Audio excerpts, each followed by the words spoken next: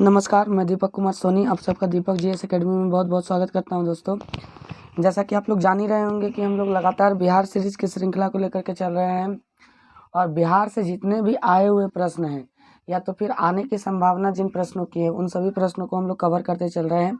अगर आपने अभी तक इस चैनल को सब्सक्राइब नहीं किया तो कर लें, क्योंकि आगे आने वाले समय में लाइव वीडियोस जाने वाली हैं और लाइव जीएस की संपूर्ण कक्षाएं जो आपको पूरी फ्री ऑफ कॉस्ट आपको मिलने वाली है इस चैनल के माध्यम से, और लाइव कक्षाएं होंगी जिसके समय के बारे में हम लोग रविवार को चर्चा करेंगे और रविवार को हम लोग शेयर कर लेंगे। ठीक है, तो ध्यान में रखिएगा।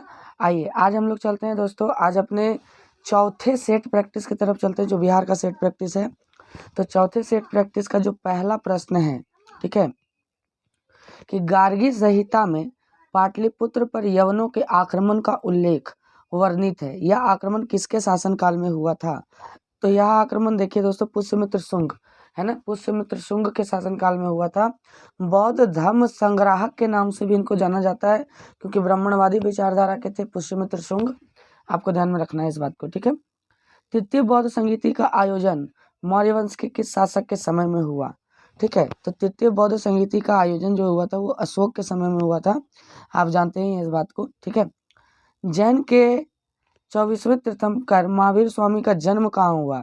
तो देखिए, महावीर स्वामी का जन्म अगर पूछा जाए तो वैशाली भी हालांकि दिया जाता है, ठीक है, लेकिन यहाँ पर गांव का नाम पूछ रहा है तो कुंडग्राम हो जाएगा। कौन सा जगह दोस्तों? कुंडग्राम। नागार्जुन पहाड़ी गुफाओं में किसके आजीविका के लिए गुफाओं का निर्माण करवाया था? नागार्जुन पहाड़ी गुफाओं में किसने आजीवकों के लिए, आजीवक संप्रदाय, इसके जो संस्थापक थे वो मक्खली गोसाल थे। धीरे धीरे आप जानते भी चलिएगा और नोट्स भी करते चलिएगा। इसके जो संस्थापक थे वो कौन थे? मक्खली गोसाल थे, आपको ध्यान में रखना है। और इन गुफाओं का जो निर्माण करवाया था दोस्तों, इन गुफाओं का निर्माण है ना, इनमें से किसी ने नहीं करवाया था, इनमें से किसी ने नहीं करवाया था। आपको ध्यान में रखना है इस बात को, ठीक है। बिहार सहित पूर्वी भारत में आर्यों का आक्रमण हुआ था। बिहार सहित पूर्वी भारत में आर्यों का आक्रमण हुआ था। तो 5 का जो आंसर हो जाएगा वो सभी जानते हैं कि आर्य उत्तर वैदिक काल में आए, ब्राह्मणवादी विचारधारा फलीभूत हुई उत्तर वैदिक काल में, आप जानते हैं इस बात को, ठीक है। उदंतपुरी विश्वविद्यालय की स्थापना किस पाल शासक ने करवाया था? उदंतपुरी विश्वविद्यालय की स्थापना किस पाल शासक ने करवाया था? तो गोपाल ने करवाया था इसको, उदंतपुरी। बेसिकली गोपाल जो थे वो संस्थापक थे पाल वंश के, ठीक है। गुप्तकालीन पशु विज्ञानी कौन थे? गुप्तकालीन पशु विज्ञानी कौन थे? तो महिपा। महिपा को गुप्तकालीन पशु विज्ञानी के रूप में रखा जाता है। बंगाल अभियान से लौटते समय गयासुद्दीन तुगलक ने किस क्षेत्र पर आक्रमण किया था? तो ये हो जाएगा तिरहुत क्षेत्र पर। तिरहुत क्षेत्र पर गयासुद्दीन तुगलक ने क्या किया था? आक्रमण किया था दोस्तों। मोहम्मद बिन तुगलक ने बिहार के किस नगर का नाम तुगलकपुर रखा था? मोहम्मद बिन तुगलक ने बिहार के किस नगर का नाम तुगलकपुर रखा था? तो ये दरभंगा, दरभंगा का नाम उन्होंने तुगलकपुर रखा था। मुगल शासक बाबर के मृत्यु के समय बिहार का शासक कौन था? मुगल शासक बाबर के मृत्यु के समय बिहार का शासक कौन था? तो इसका आंसर हो जाएगा जलाल खान नुहानी। जलाल खान लोहानी भी कहीं कहीं मिलेगा और नुहानी भी, ठीक है। किस मुगल शासक के काल में बिहार पर बंगाल के नवाबों का नियंत्रण स्थापित हो गया? किस मुगल शासक के काल में बिहार पर बंगाल के नवाबों का नियंत्रण स्थापित हो गया? तो 11वें नंबर प्रश्न का जो आंसर हो जाएगा ये हो जाएगा दोस्तों, बहादुर शाह प्रथम के समय में बंगाल पर नवाबों का नियंत्रण स्थापित हो गया। बिहार में सन्यासी विद्रोह का केंद्र था। आपको बताना है कि बिहार में सन्यासी विद्रोह का केंद्र कहाँ था? तो 12 का जो हो जाएगा पूर्णिया हो जाएगा। बिहार में सन्यासी विद्रोह का केंद्र पूर्णिया। लेकिन वही आपसे पूछे बहावी आंदोलन का केंद्र तो फिर पटना हो जाएगा, ध्यान में रखिएगा।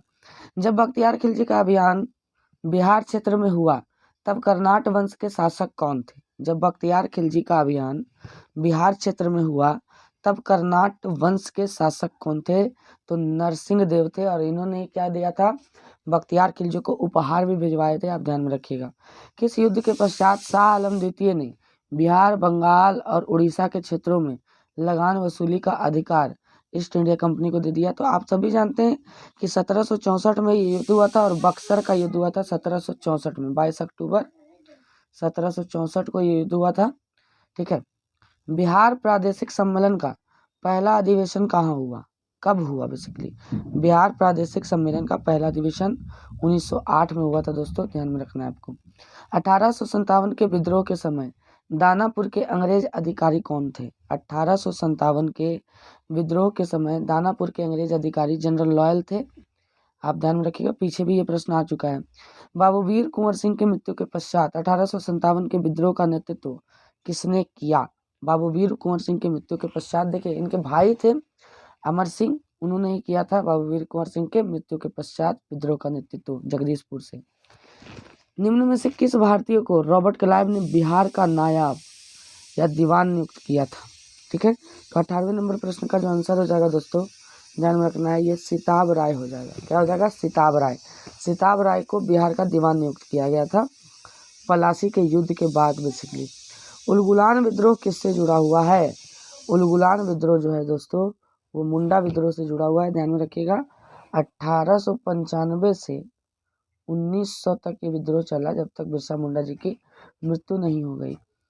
बंग भंग आंदोलन के समय बिहार के किस स्थान पर राखी बंधन दिवस मनाया गया था? बंग भंग आंदोलन के समय बिहार के किस स्थान पर राखी बंधन दिवस मनाया गया था? तो ये दरभंगा हो जाएगा। भारत से कांग्रेस का एक प्रतिनिधि मंडल 1914 में ब्रिटेन भेजे गए, जिनमें बिहार का कौन सा व्यक्ति शामिल था? एक प्रतिनिधि मंडल 1914 में ब्रिटेन भेजा गया था, जिसमें बिहार से भी एक व्यक्ति को शामिल किया गया था। ठीक है, इसमें देखिए सच्चिदानंद सिन्हा, राजेंद्र प्रसाद, मजरूर लाल, बी आर बज्रकिशोर प्रसाद, ये दोनों थे। ठीक है ना, राजेंद्र प्रसाद और आपके ये मजरूर लाल दोनों थे। इनमें से उपयुक्त में से एक से अधिक इसका आंसर हो जाएगा। मुजफ्फरपुर बम कांड में किसकी हत्या का प्रयास किया गया था? तो जज किंग्सफोर्ड की हत्या का प्रयास किया गया था। खुदीराम बोस और प्रफुल्ल चाकी ने बम फेंका था, आप जानते हैं इस बात को। हिंदू प्रतियाट के किस संपादक ने नील पीड़ित किसानों का पक्ष लिया था? 23वें नंबर प्रश्न का जो आंसर हो जाएगा हरिश्चंद्र मुखर्जी ने। ठीक है, निम्न में से कौन सा व्यक्ति चंपारण आंदोलन से संबंधित नहीं थे? निम्न में से कौन सा व्यक्ति चंपारण आंदोलन से संबंधित नहीं थे? ठीक है, बृजकिशोर प्रसाद, राजेंद्र प्रसाद, अनुग्रह नारायण सिंह, जयप्रकाश नारायण। तो देखिए जयप्रकाश नारायण चंपारण आंदोलन से संबंधित नहीं थे दोस्तों। बिहार में खिलाफत आंदोलन प्रारंभ हुआ था। 25वें नंबर प्रश्न की तरफ हम लोग जाएंगे।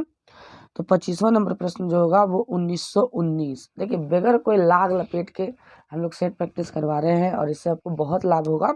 आप जितने भी लगभग 30 सेट जाएंगे आपके बीपीएससी के एग्ज़ाम तक, बिहार दरोगा, बिहार पुलिस के एग्ज़ाम तक, आप सभी को कर लेंगे तो संभवतः बिहार से एक भी प्रश्न आपके छूटने नहीं जा रहे हैं, ध्यान में रखिएगा। 1919 में, पूरे भारत में 1919 में हुआ था ये।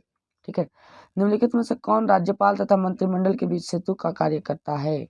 राज्यपाल और मंत्रिमंडल के बीच सेतु का कार्य तो मुख्यमंत्री करते हैं। ठीक है, बिहार के पहले दलित मुख्यमंत्री कौन थे? बिहार के पहले दलित मुख्यमंत्री कौन थे? तो भोला पासवान शास्त्री पहले दलित मुख्यमंत्री थे बिहार के। ठीक है, राज्य सरकार को विधि संबंधी विषयों पर सलाह कौन देता है? तो देखिए दोस्तों, ये महाधिवक्ता देते हैं। महाधिवक्ता सबसे बड़े विधिक पदाधिकारी होते हैं राज्य सरकार के। भारतीय संविधान के किस अनुच्छेद में राज्य निर्वाचन आयोग का गठन उपबंध किया गया है? राज्य निर्वाचन आयोग के गठन का उपबंध किया गया है। इसका आंसर हो जाएगा 243 का के। ग्राम कचहरी का प्रधान कौन होता है? ठीक है, तो सरपंच होता है। ग्राम कचहरी यहाँ बोल रहा है। ठीक है,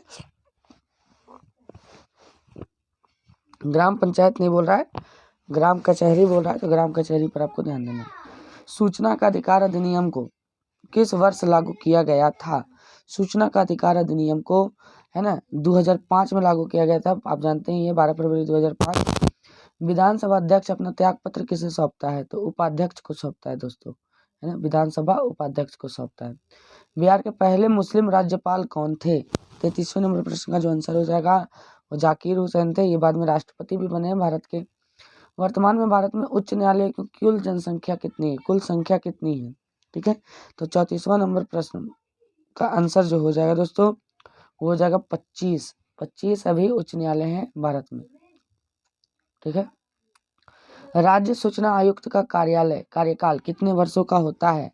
राज्य सूचना आयुक्त का कार्यकाल कितने वर्षों का होता है? तो इसका आंसर हो जाएगा दोस्तों 3 वर्षों का होता है, ध्यान में रखिएगा आप इस बात को। ठीक है, 36वें नंबर प्रश्न का, राज्यपाल पद हेतु योग्यता, वह भारत का नागरिक हो, 35 वर्ष आयु पूरा कर चुका हो, किसी लाभ के पत्र, ये सभी हैं दोस्तों। ठीक है, तो इनमें से उपयुक्त में से एक से अधिक हो जाएगा। विधानसभा को भंग करने का अधिकार किसे प्राप्त है? तो विधानसभा को भंग करने का अधिकार राज्यपाल को प्राप्त है, आप ध्यान में रखिएगा इसको।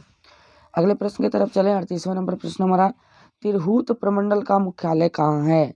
ठीक है, तो आप याद कीजिए तिरहुत वगैरह में जो आता है वो मुजफ्फरपुर वाला इलाका आ जाता है दोस्तों, तो इसका मुख्यालय मुजफ्फरपुर है। बिहार का राजकीय पुष्प क्या है? बिहार का राजकीय पुष्प क्या है? तो बिहार का राजकीय पुष्प है गेंदा, गेंदा के फूल आप देखे होंगे। बिहार का दूसरा चिड़ियाघर कहाँ स्थापित किया जा रहा है? तो बिहार का दूसरा चिड़ियाघर जो है वो अररिया जिले में, और पहला चिड़ियाघर तो आप जानते हैं संजय गांधी बोटानिकल गार्डन जो है वो है पहला चिड़ियाघर, आप जानते ही हैं इसको। ठीक है, अगले प्रश्न की तरफ हम चलें। बिहार सरकार की महत्वाकांक्षी योजना 7 निश्चय 2 की कार्य अवधि है? तो 41वां नंबर प्रश्न का हो जाएगा 2020 से 2025 तक, सी नंबर उसका आंसर हो जाएगा। उत्तरी कोयल नदी किसकी सहायक है? उत्तरी कोयल नदी किसकी सहायक है?